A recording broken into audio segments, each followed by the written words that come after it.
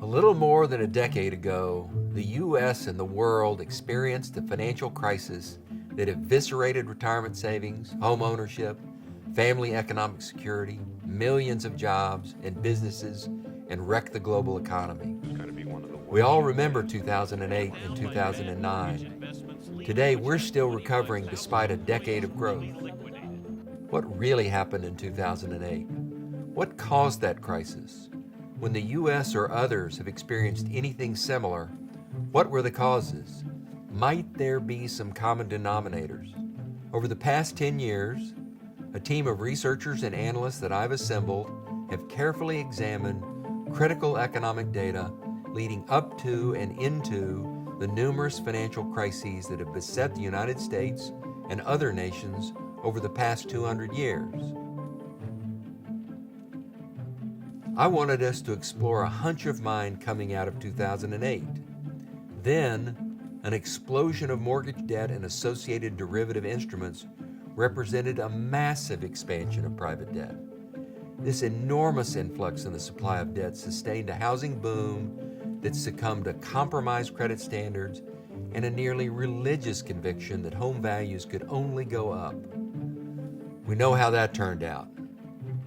I wondered, was runaway private debt present at the dawn of the Great Depression, when Japan's economy tanked in the 1990s, or when the nation faced the panics of 1857 and 1873, among others? Surprisingly and troublingly, rare was the conversation that flagged expansion of private debt as a cause or even a concern. If I was right in my theory, I wanted to do something to correct a flaw in the analytics of financial crises. Well, it turns out that an unchecked expansion of private debts materialized just prior to every single major banking or financial crisis on record. I invite you to be my guest for an excursion through a brief history of doom. I'm Richard Vague.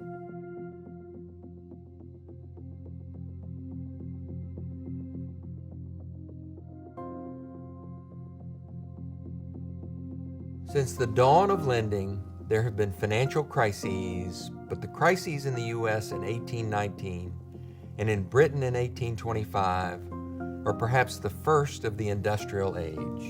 In 1816, the second bank of the U.S. was chartered with the power to make conventional loans, and make them it did. At a time when most banks were not much more than $1 million in loans, its loans skyrocketed to $13.5 million in its first year and $41.2 million in its second. The history of all newly industrializing nation evidences that early lending practices are rarely steeped in risk analysis. The bank's losses were so enormous, it was crippled in its dealings for 6 or 7 years.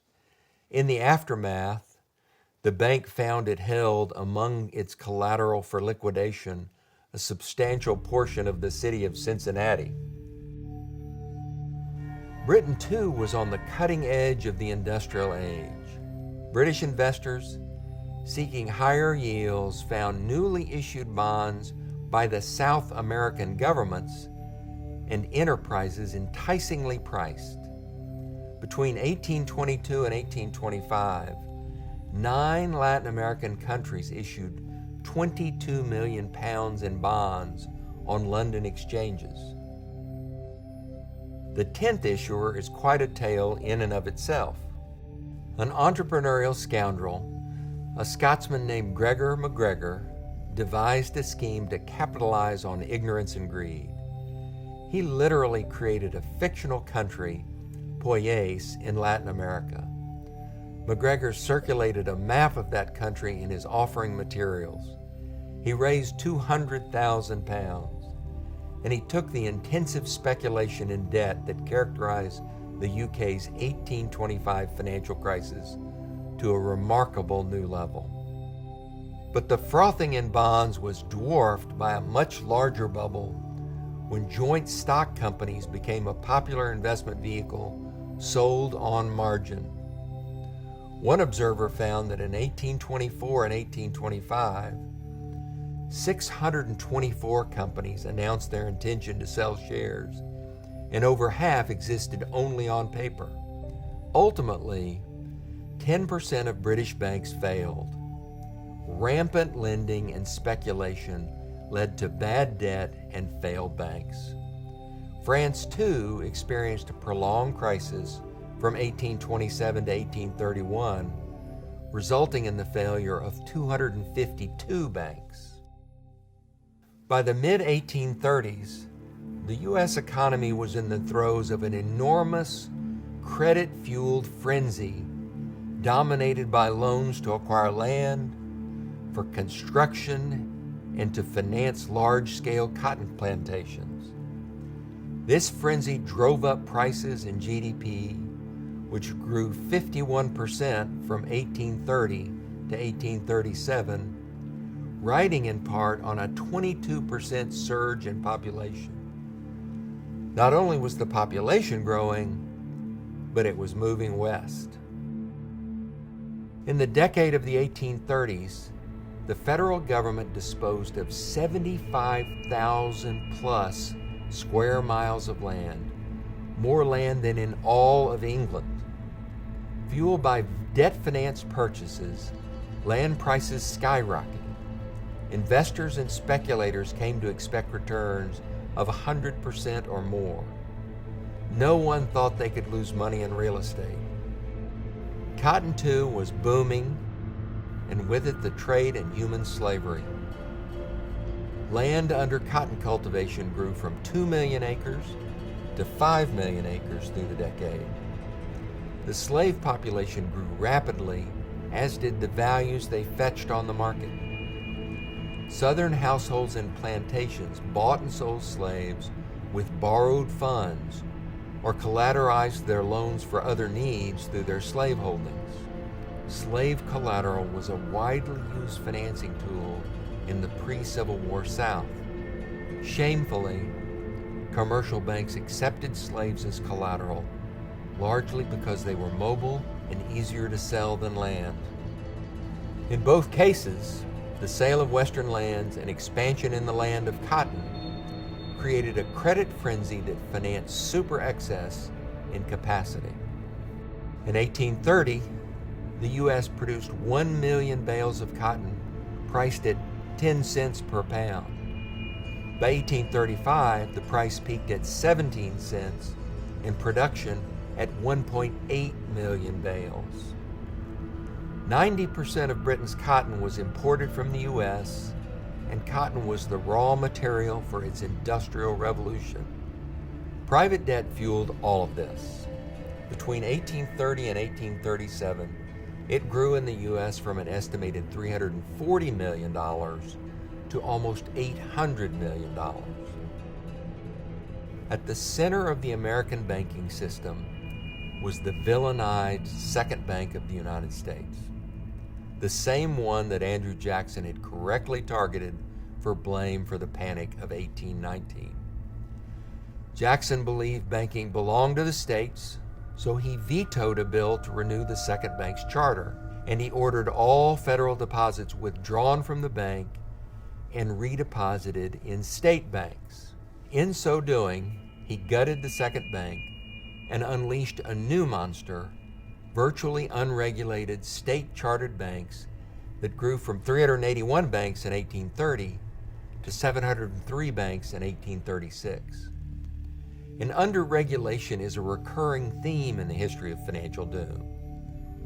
Fueled with their newfound government deposits, loans by state banks surged from $153 million in 1832 to $511 million in 1836. To quell the credit-fueled land sales, Jackson imposed the Specie Circular, requiring government land to be purchased by gold or silver instead of loan-supplied paper currency. Annual land sales dropped from $25.2 million in 1836 to $7 million and hauled the secondary market along with it.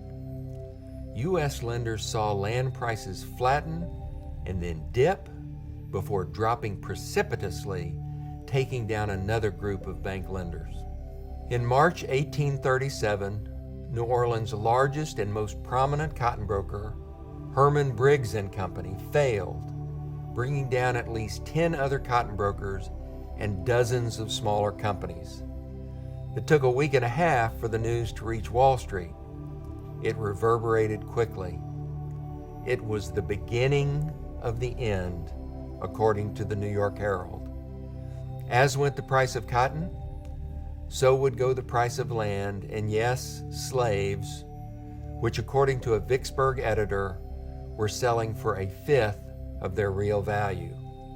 In New York, it was fully observed that more than 250 commercial ventures had failed. 20,000 people were suddenly unemployed, and real estate values had plummeted by more than $40 million. A run on the New York banks followed, reducing their reserves to a paltry $1.3 million.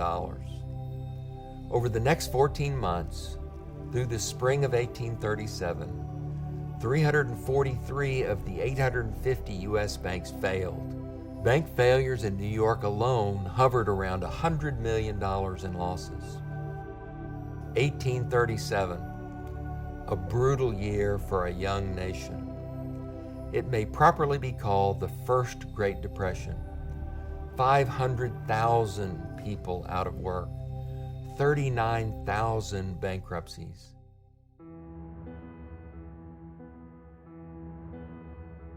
One of the most revealing case studies to reinforce our hypothesis can be seen in a series of financial crises that resulted from overbuilding of railroads. The railroad industry was the most significant technological and transportation breakthrough of the 19th century. For more than 60 years, railroad lines grew like spider webs throughout the nation.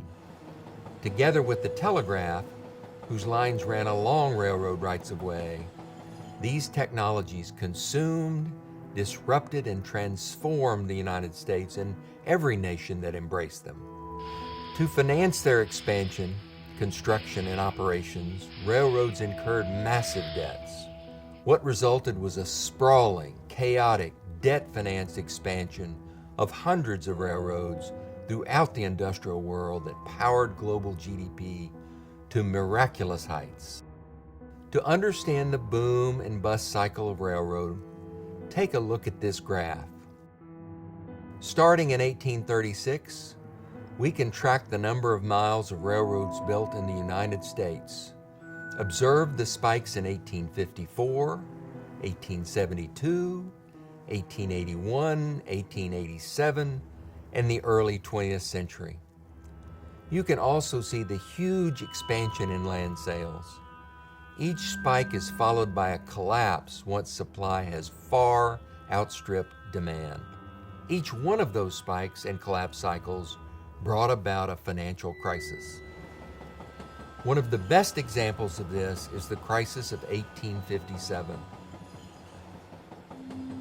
Early that year, reflecting a certain reckless optimism, the New York Herald Tribune proclaimed the dawn of an exceedingly brisk and prosperous times with no threat of downturn on the horizon.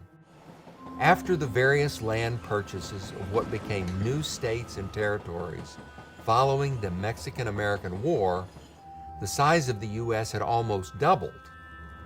Reliable long-distance rail service had become essential.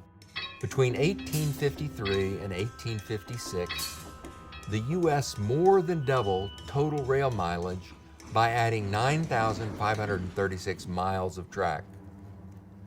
Much of this growth came about as a result of large land grants made by the U.S. government to encourage railroad expansion. In one 7-year period, land grants totaling 22 million acres were made in 11 western and southern states. The railroads sold much of this land, utilizing seller mortgage finance.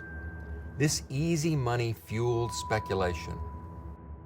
A lot that went for $500 in Omaha in 1856 was up for $5,000 1 year later. And this part of the story is another example of an observable pattern that accompanies financial crises, and that is the emergence of a new, creative, and ultimately disastrous lending instrument like the railroad farm mortgage. One such instrument was created and first implemented by the La Crosse and Milwaukee Railroad. Farmers were encouraged to purchase shares in the railroad through funds borrowed by mortgages on their farms. This looked like a winner to the farmers. Dividends from the railroad stock would cover the mortgage payments for the land. Once the railroad was completed, the value of the land and the value of the shares would both rise, yielding profits to the farmer. It was a catastrophe waiting to happen. One historian noted that by June 1857, the amount of indebtedness incurred by railways, manufacturers, and promoters had overreached the saturation point. Railroading wasn't the only squeeze point. Wheat prices had peaked in early 1856 and then began a precipitous decline. Ohio Life, despite its name, was not in the insurance business.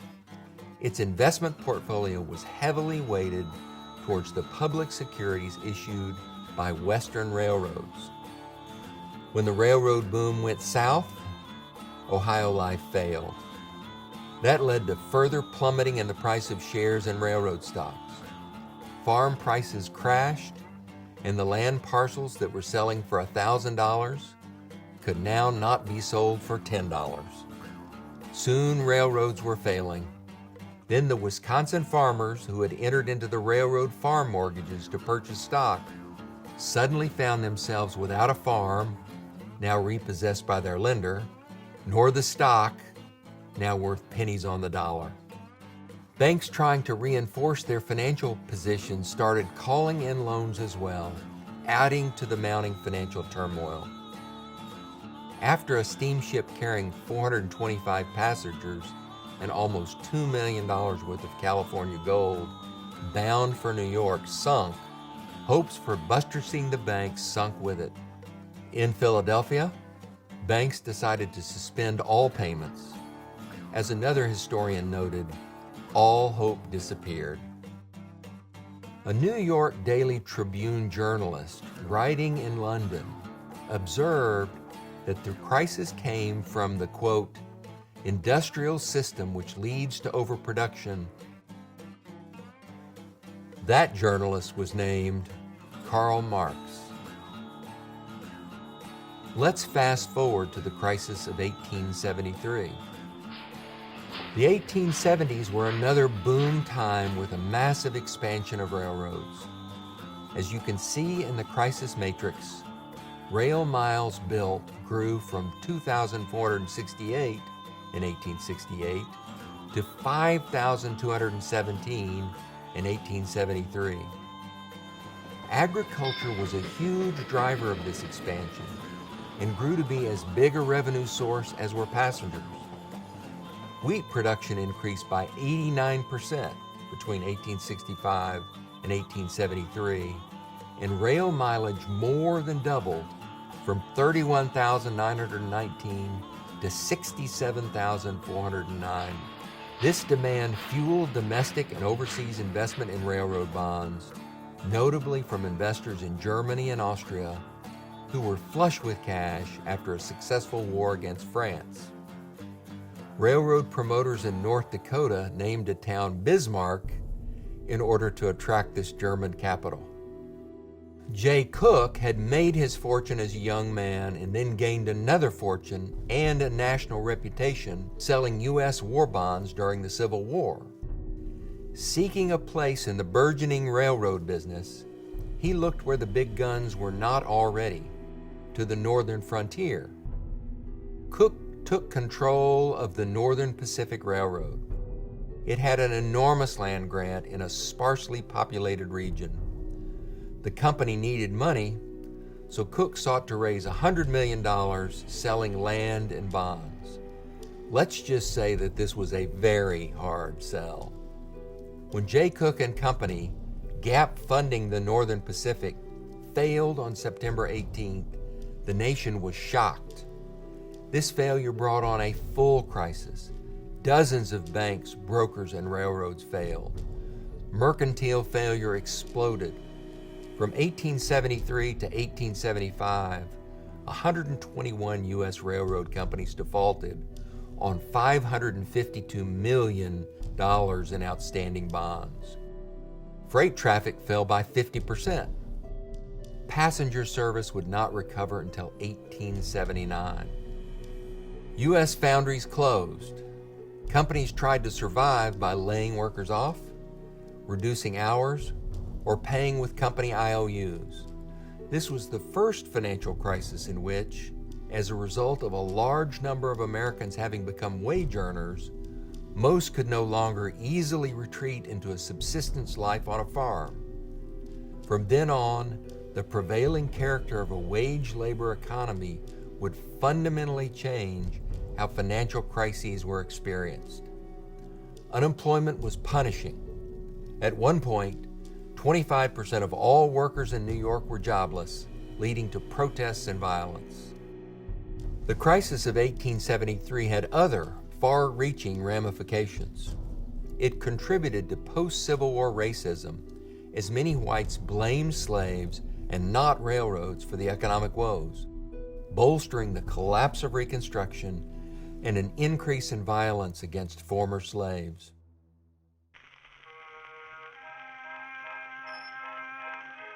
It's easy to forget the death and despair of the Great Depression.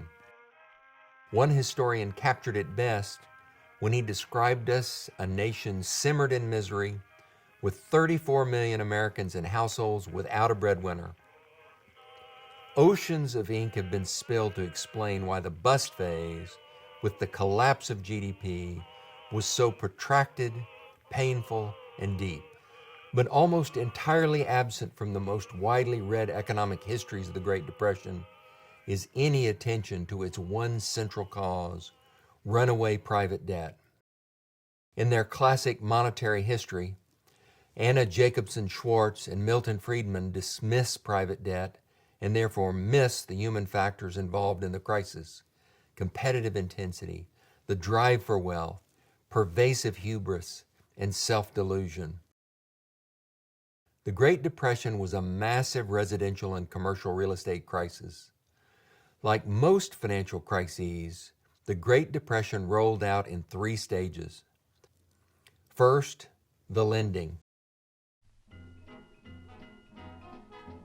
As the decade of the 1920s opens, the nation's housing had become a national issue. Commerce Secretary Herbert Hoover advocated for home ownership as the foundation of a sound economy and social system. Banks, building and loans, bond underwriters, and other lenders responded to the call. Sound familiar? It's also typical that in the arc of a financial crisis, new lenders compete with conventional banks. After all, these are less regulated or unregulated players. Building and loan associations are a case in point. These grew from 8,000 to 13,000 in the decade and were often formed by developers who would make loans to their own projects. No conflict of interest there. Real estate bonds also came into fashion, yielding billions in new capital for apartments, hotels, office buildings, and more. To capitalize on the profitability of this underwriting and trading, banks formed securities affiliates that grew from 10 in 1922 to 114 in 1931. The result?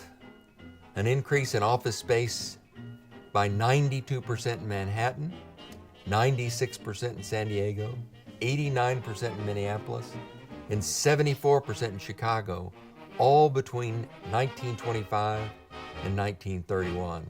This represented overcapacity run amok. Real estate development was finance-driven and not demand-driven. This led to more projects, more jobs, and overcapacity in the labor pool. The boom in lending extended to business as well, and notably in the area of utilities. On the exchanges, utility stocks were hot and heavy, representing about 18% of the market cap of all shares traded on the New York Stock Exchange in 1929. There were utility stocks that traded from 57 to 90 times earnings per share. Hubris and a sense of invincibility typically run rampant in the years leading up to a financial crisis. Lots of folks were predicting permanence to describe American prosperity and stock market valuations. In 1929, the stock market spiked in the swirl of this exuberance. In the first 9 months, utilities gained 48%, industrials 20%, and railroads 19%. With the good times rolling, Americans learned to buy stock with borrowed funds, or as it is called, on margin. These quadrupled from $1.6 billion to $6.4 billion. When the numbers were added up, private debt growth between 1923 and 1928 skyrocketed by $40 billion from $116 billion, representing 137% of GDP, to $156 billion, representing 161% of GDP. Most of this increase came from residential mortgages, $13 billion, commercial real estate, $5 billion, utility debt, $5 billion, and broker loans, $5 billion. The expansion of private lending is clear in the graphic. When the private debt to GDP ratio grows by 15 to 20% in a 5-year window, especially when that ratio reaches 150% or more, a financial crisis is likely. Next, the contraction. In October 1929, the stock market collapsed, eventually shedding more than 80% of its value. Margin calls were epidemic. Those utility stocks we were chatting up dropped by 55%, industrials by 48%, and railroads by 32%. But hubris remained. Andrew Mellon, the U.S. Treasury Secretary, expressed confidence in a revival of activity in the spring. As lending shrank and defaults metastasized, the U.S. gross domestic product contracted by $48 billion. To understand this catastrophic development, GDP would have had to have collapsed from $14.7 trillion to $7.3 trillion in 2009 to be comparable to the collapse of the Great Depression. In fact, GDP in 2009 dropped by less than $300 billion. Loan losses led to early calls on debt, write-offs, and bank failures. Off a capital base of $8 billion, banks charged off $3.1 billion. 80% of the $3.9 billion in real estate bonds issued were failing to meet their payment obligations. So banks sold the collateral, depressing prices in land, real estate, and businesses. As losses exceeded loans, more than 9,000 banks failed between 1930 and 1933. Quite simply, the contraction of loans and other debt was the single most impactful event of the period. Fear itself contributed mightily. In some respects, the Great Depression and the Great Recession were similar. Both saw mortgage finance and real estate lending soar together with a blind eye towards credit risk. The critical difference between the two crises was the willingness of the government to intervene to save certain banks and financial institutions from calamity. This was the lesson learned from the Great Depression that enabled the contraction in the 2008 economy to be shorter.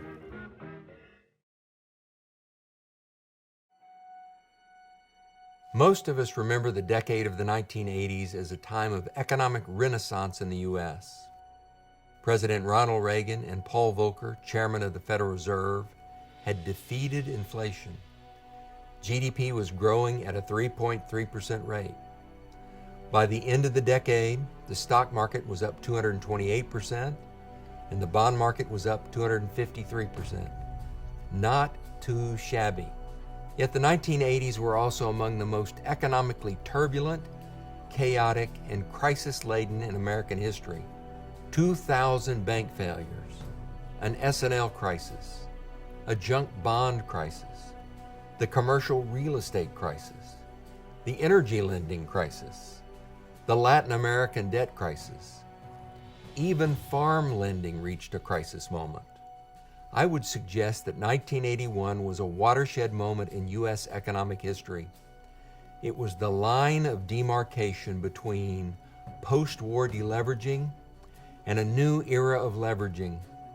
This is also the moment when the upward rise of U.S. interest rates reversed and rates began a long decline.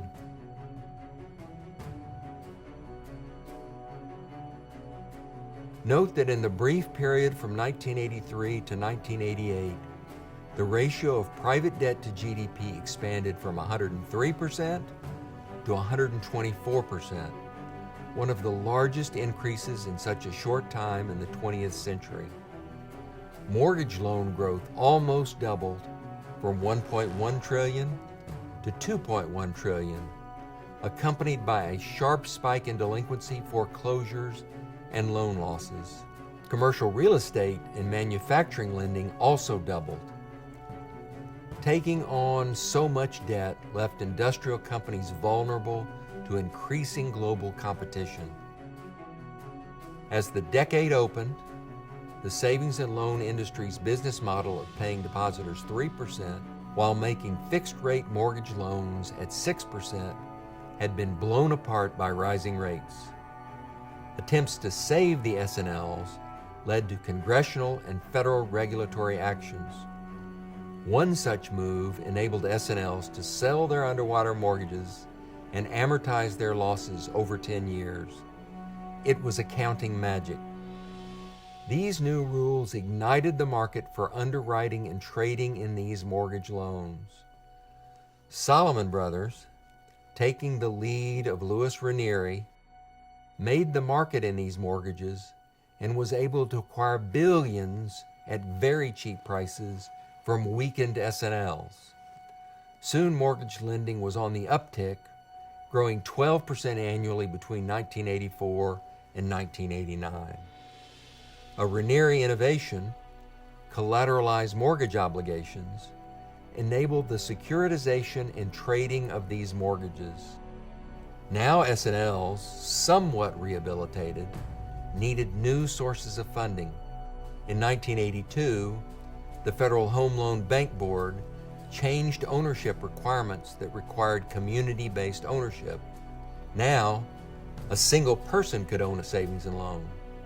If that was not enough, the government empowered S&Ls to lend up to 40% of their assets in commercial mortgages, up to 30% in consumer loans, and 10% in commercial loans, which led to a rush of ill-advised loans in those areas.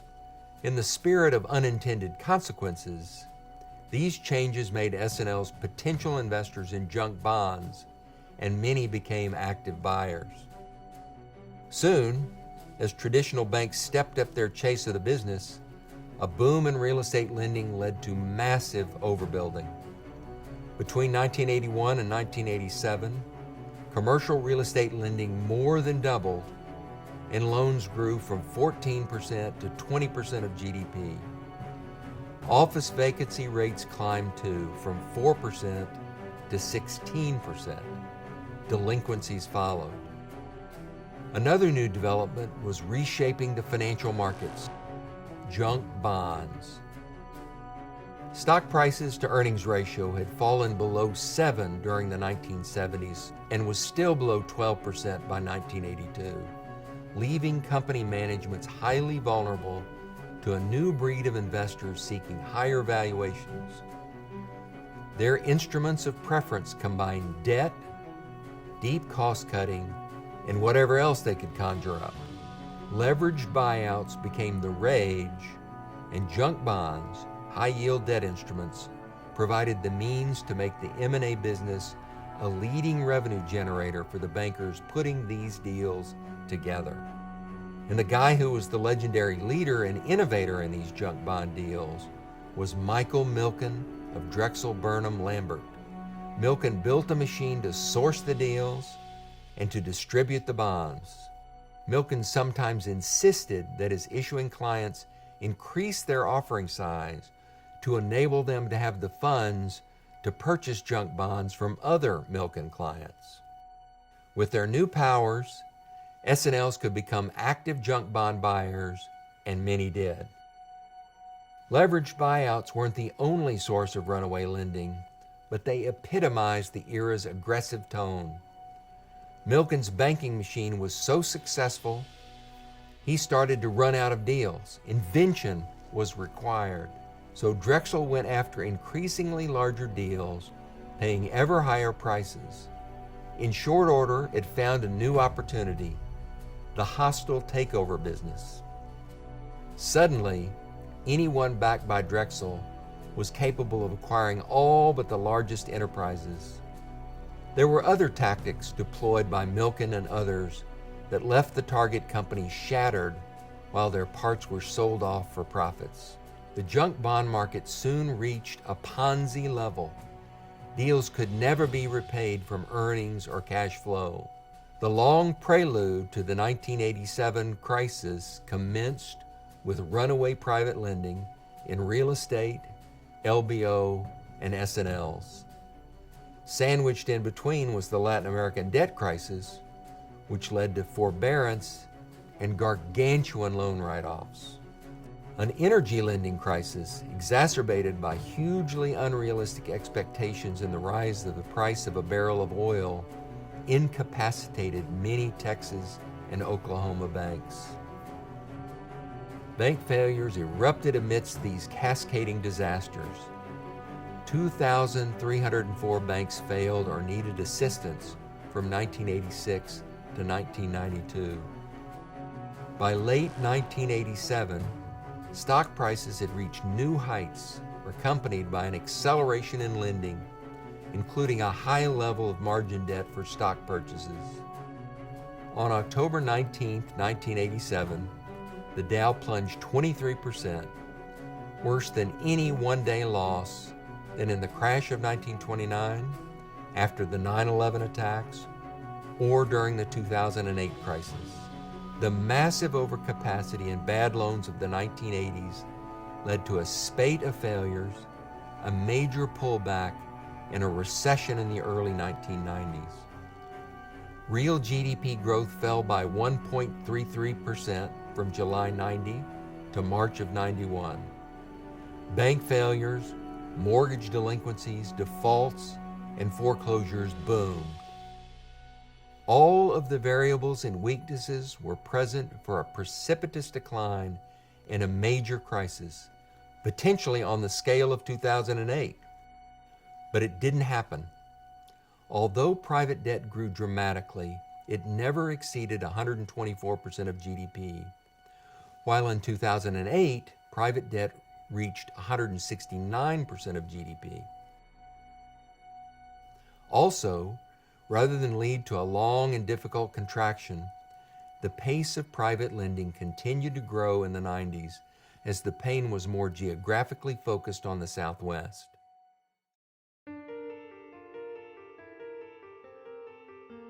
Japanese corporate takeovers were in high gear in the 1980s, prompting Paul Harvey to characterize Japanese business presidents in the U.S. as an economic Pearl Harbor. From 1985 to 1990, Japan's private debt, business and household loans, catapulted from 143% to 182% of GDP, an increase of $2.4 trillion in U.S. dollars. That expansion far exceeded the increases in private debt growth leading up to the Great Depression. Runaway private lending in Japan was concentrated in commercial real estate, the profligate construction of office buildings, hotels, and apartments, and the development of tracts of land at home and abroad. From 1985 to 1990, commercial real estate loans more than doubled from 75 trillion yen to 187 trillion yen, financing buildings that would not be filled for years. Japan had been devastated physically and emotionally following its defeat and surrender to end the Second World War. But just 40 years later, the economic recovery, rebuilding, and resurgence of the Japanese economy and its people was palpable, reinforcing the sense that Japan had arrived. The pace of growth and change in Japan felt meteoric. It was enabled through massive private lending. The country's most intense lending growth occurred over 3 years from 1987 to 1989, averaging 13% annually. Nearly 75% of this lending was to small businesses, a move in the mix of bank assets necessitated by the recent access to capital from public debt markets for Japan's largest corporation, bypassing the banks. By definition, this translated to more risk. When the frenzy extended to household lending, the risk profile of bank loan portfolios eroded further. Credit card accounts tripled. Fraud, as it always does in financial crises, appeared on multiple levels in Japan. Crime syndicates used bank loans to purchase shares and move in on established publicly traded companies. It was a bit difficult for bankers to call in those obligations when the customer was a mob boss. Lending actually supercharged the Japanese economy.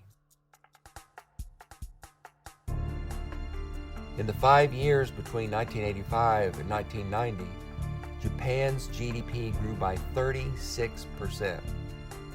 But the financial tipping point, the point of overcapacity, was fast approaching.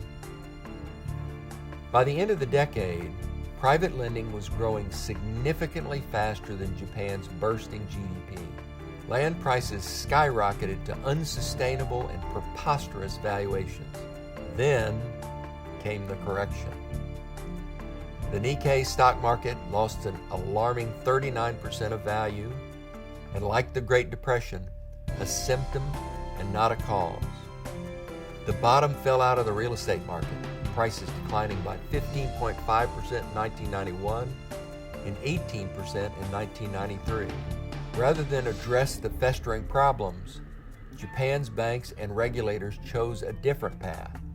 They looked the other way. They chose denial. By 1991, Toho Sogo Bank became Japan's first bank failure since the end of the war. But the Japanese government treated it as an aberration. By 1995, the government could no longer ignore. Its provider of deposit insurance would announce protection for all deposits and bonds of banks for 5 years, and then extended that guarantee. Instead of calling loans, liquidating collateral, and cleaning up their balance sheets, Japan's regulators showed leniency and allowed extended time frames over which impaired loans could be written down. This is called forbearance. And so these zombie banks simply marched on. Through 7 years of denial and delay, the day of reckoning was at hand. Major securities firms, Sanyo Securities, Hokkaido Takushaku, and Yamaichi Securities failed or required an infusion of public support. Japan then entered what I have referred to as the third phase of financial crises, the recapitalization and the long climb back. In 1998, the government began a large-scale intervention in the crumbling banking system, injecting 1.8 trillion yen into 21 banks, a literal drop in the massive bucket of 100 to 200 trillion yen in bad debts still on the books of Japan's banks, even after a 50 trillion yen write-off. And so the government-led recaps of Japanese banks went on and continued piecemeal through 2003. In the final analysis, Japan had strung out its massive 1990 overcapacity and bad debt problems for almost 15 years. The crisis cost the Japanese government enormous sums estimated in a range from 22 trillion yen up to 150 trillion. A motivation for forbearance was the importance of keeping people employed. Social cohesion was critical to the Japanese society, and as a result, unlike what we experienced during the Great Depression, Japan experienced little in the way of social disruption, but at a significant economic cost.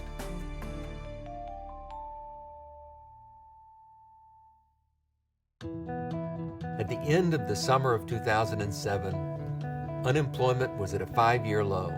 The stock market and overall household wealth were nearing all-time highs. Consumer and business confidence, solidly positive.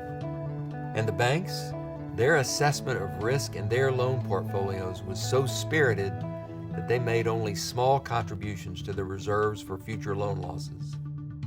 Everywhere and most everyone seemed sanguine about the future.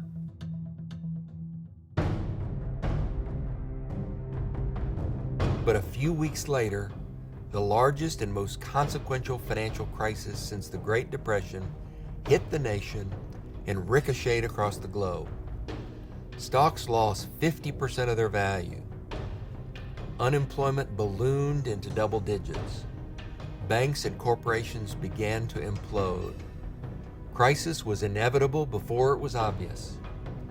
The 2008 economic crisis in the U.S. was the direct result of runaway growth in private debt from 2001 to 2007.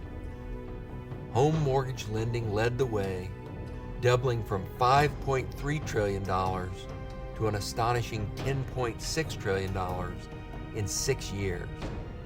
Subprime loans, those approved with lax credit standards, accounted for $1.7 trillion of this debt. The other $8.9 trillion included plenty of those prime loans whose credit standards had also been compromised. Commercial real estate contributed its part to the private debt buildup, shooting up 90% to $3.4 trillion. This is the story of the global crisis and Great Recession. Rampant lending yielding prodigious excess and then widespread failure.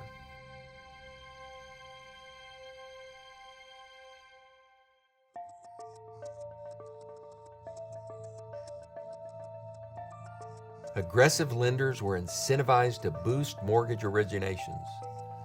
A new form of lending credit appeared, ninja loans, when lenders dispensed with the task of checking so borrowers often had no income, no job, no assets. This lending made home buying easy and home prices higher. The house price index rose from 117.2 in 2001 to 204.8 in 2006. The higher prices rose, the greater the opportunity to build more. The capacity to expand in an environment where many people believed prices could not fall was fueled by mortgage lending. For many households, the mortgage loan terms being offered to buy a new home were too good to resist. Artificially low introductory rates, zero down payment. There was little or no diligence on the credit of the borrower. Who cares? The house price will go up, and if they have to, they can refinance. Countrywide Mortgage, led by its CEO Angelo Mozillo, was the poster child for this excessive ambition. Mozillo advocated ending down payments entirely as he drove his executives and their subordinates to develop and sell affordable products. Countrywide grew its mortgage originations up by $132 billion in 1 year. Mozillo extended preferential mortgages to influence elected officials. In Washington, D.C., being a friend of Angelo's counted. The securitization of mortgages into an instrument known as a mortgage-backed security, or MBS, a technique pioneered in the 1980s, enabled mortgage banks to bundle their portfolios into marketable securities to be sold to investors, life insurance companies, pension funds, mutual funds, hedge funds, and banks, sourcing a huge flow of capital into the housing industry. Fannie Mae and Freddie Mac accounted for 55% of the activity in this area. Everyone, Goldman Sachs, Morgan Stanley, Lehman Brothers, virtually the entire street was in on the action. Between 2002 and 2007, $3.6 trillion in mortgage-backed securities were sold. Their underlying security were the mortgages themselves. But how to sell securities filled with substandard mortgages? The issuers mixed together mortgages from different regions to create the illusion of diversified risk. Further, by slicing and dicing the mortgages into tranches, the issuers created a waterfall that gave securities that had first dibs on mortgage cash flow the highest ratings, while others at the bottom of the waterfall had lesser ratings. The rating agencies bought it. But the rating agencies themselves were intrinsically compromised. They competed for the rating business and got paid as part of the issuance expense of bonds they were rating. They earned the blame they got for missing the boat, yet little has changed in their business models or their relationship to credits. A few wise investors were reading the data and noticed the terrible credit conditions of these MBS portfolios and their underlying borrowers, as well as the coming rate adjustment that would knock the heck out of the capacity to make principal and interest payments. And so the mortgage party, origination and securitization, would soon be joined by another toxic guest, derivatives. One investor, Mike Burry, worked to help create a mechanism to bet on the coming calamity he saw, a credit default swap. Through these, Burry paid an insurer a premium to cover the possibility of losses in his fund's MBS holdings. His exposure was a modest premium. His upside was enormous if the value of the MBSs on which the swaps were acquired declined. What was needed was an insurance company. AIG stepped up, lured by the highly rated nature of the securities. Soon, others jumped into the game. In 2007, more than $61 trillion in credit default swaps were sold. Credit default swaps simply made the crisis deeper and longer and caught more players up in its economic tsunami. Commercial real estate soon was enveloped as delinquencies spiraled from 1.02% in 2005 to 8.67% in 2009.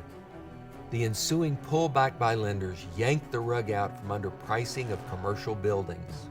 Wall Street too was humbled, if only briefly. Bear Stearns came near to collapse in March 2008, holding $30 billion in rapidly deteriorating MBS instruments, but was rescued by its acquisition by JP Morgan, with U.S. government support, for $10 per share. Its stock had traded at $40 just days earlier.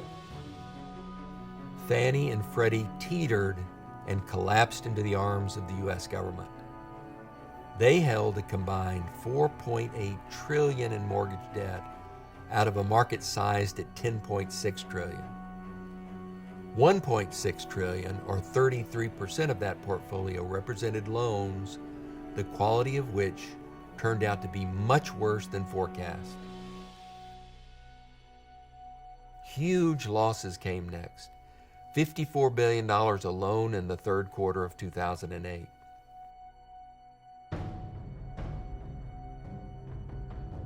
Lehman Brothers was a doomed legacy securities business. In 2007, the firm's net income reached a titanic $4.2 billion on revenues of just $19.3 billion. Its market cap was $60 billion. Reporting a $2.8 billion loss in June did not deter $10 billion in new investment from flowing into Lehman.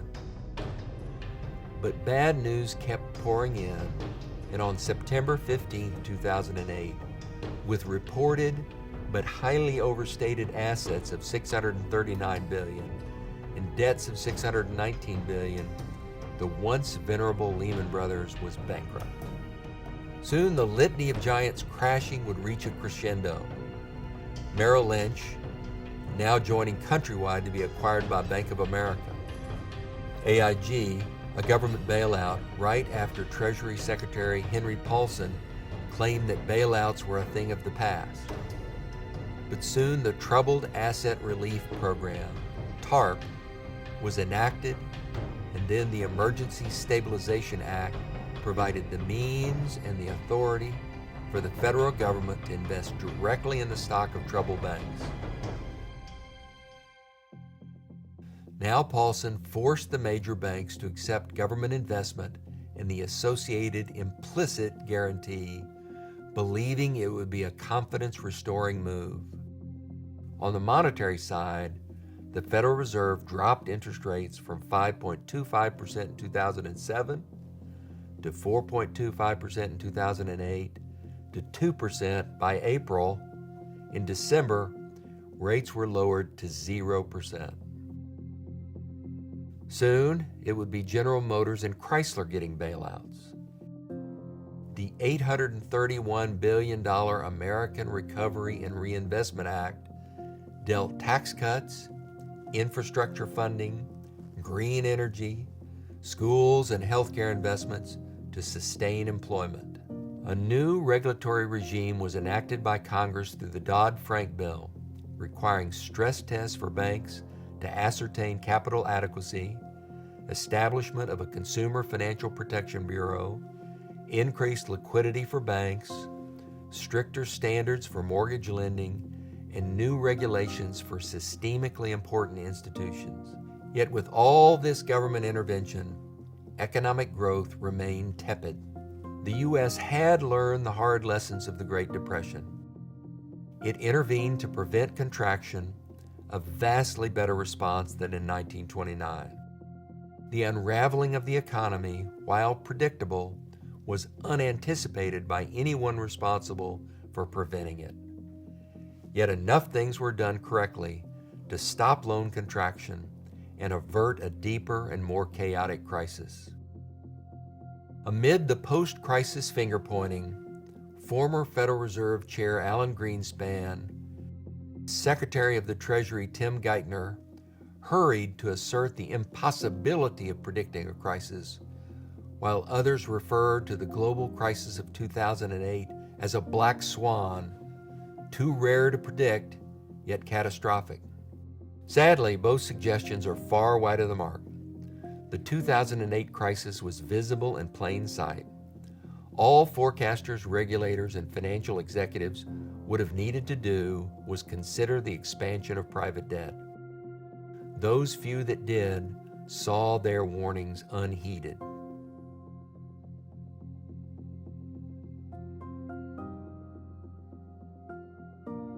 We now know that it is never solely the bad actors who end up suffering in a financial crisis. Thousands, hundreds of thousands, even millions of people get hurt along the way. The effects of a financial crisis are devastating. Lives are ruined. Governments and political parties are forced from office. In banking, investment banking, and other forms of lending, there will always be an intense desire to win, to increase wealth. This is the ferocity of ambition. But in the world of lending, if unchecked, this can lead to overcapacity and large-scale lender failure. So this ambition can lead to much greater hardship than the same ambition in almost any other arena. If you'd like to know more, I hope you'll visit our website, where you can find plenty of data if you're interested in doing your own analysis. You can order a copy of my book on Amazon or through the University of Pennsylvania Press. I'm Richard Vague. Thank you for watching.